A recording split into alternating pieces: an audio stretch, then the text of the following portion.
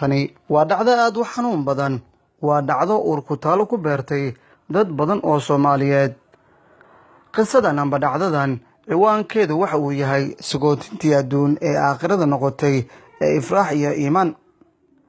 waxay ahaayeen gabdho agoonnimo lagu soo koriyey, kuwaasoo hadda la jaan qaaday caraftii adduunka. waa xilligii hooyadeed sugaysay mirihii ubixii ay kalinimada ku soo korisay. qoyskan mashaqadu haleeshay waxa uu ka koobnaa 4 qofood, 3 gabdhood iyo 1 wiil. waxaana gabdhaha lagu magacaabaa Iimaan, Ifraax iyo Iftiin, halka wiilka kaliya la dhashay isna lagu magacaabo Saadiq. hooyada qoyskan iyana waxaa lagu magacaabaa Sahra.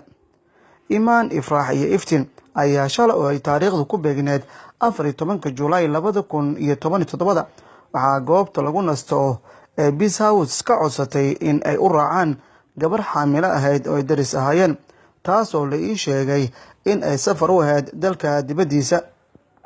fadlan saaxiibayaal, isagootiya oo aan isla soo qaadano waqti qurux badan, ayay gabadhaasi ka codsatay 3 gabdhood ee walaalaha ah ay saaxiibada ahaayeen, dariskana ay ahaayeen in muddo.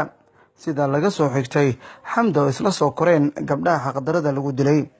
jawigii ku jireen intuusan qaraxa iyo weerarku qabsan goobta lama suureyn karo, laakiin sida mala awaal ahi haddii aan u hadlo waxa ay ku jireen jawi aad u farxad badan, maadaama afarku kadib ay goobtaasi tageen.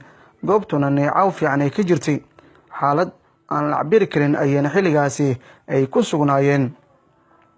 qaraxu markii uu dhacay kadib way adkeed in durba la ogaado khasaaraha, si gaar ah geerida Iimaan iyo Ifraax iyo saaxiibtoodii ay sagootinta adduun u soo raaceen, balse aakhiro loo wada sagootiyey. saaka aroortii ayaa la ogaaday geerida Iimaan iyo Ifraax iyo saaxiibtood oo xaamilo ahayd. wixii saxda ah meesha ka dhacay waxaa sharaxi karaa dadkii qaraxa ka badbaaday, oo ay ka mid tahay Iftiin oo meesha ku weysay 2 gabdhood oo la dhashay iyo saaxiibteed.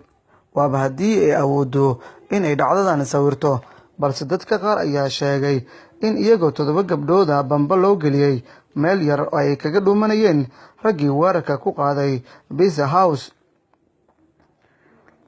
waa fahmi kartaa xaaladda qoyskii saakay 2 meed oo hal mar wada aasay, qof dhaawacana uu isbitaal u jiifo, aabba la-aanna ay u dheer tahay. waa hubanti inay maanta garab u baahan yihiin alle iyo qof walba oo Soomaali ah. waxay ku barbaareen qoyskan mashaqadu haleeshay xaafadda Buuluxuubey ee degmada Wadajir, inkastoo ay hadda degnaayeen xaafadda African Village ee ka tirsan degmada Hodan. sida la ii sheegay, walaalkood oo rabay inuu u soo raaco Peace House ayay sugi waayeen oo ay ka soo tageen. waqtiga ayaad moodaa inuu dedejinayay gabdhahan, halka Saadiq ay u qorneed inuu weli adduunka ku sii nagaado. inkastoo xamar oo dhan uu maanta wada murugaysan yahay, haddana waxaa qoyskan ku tilmaami karnaa kuwii ugu murugada iyo caloolxumada badnaa dhacdadii lagu laayay dadka badan ee aan waxba galabsan ee ku sugnaa maqaayadda Peace House ee magaalada Muqdisho. dhacdadan ayaa noqotay mid dad badan ka ilmaysiisay, mid urugo iyo uur ku taalo dad badan ku reebtay. waxaana anaguna la qaybsanaynaa murugada dadkii waxyeelada ay ka soo gaartay, gaar ahaan qoyskan ee mashaqada xooggan ay ku dhacday.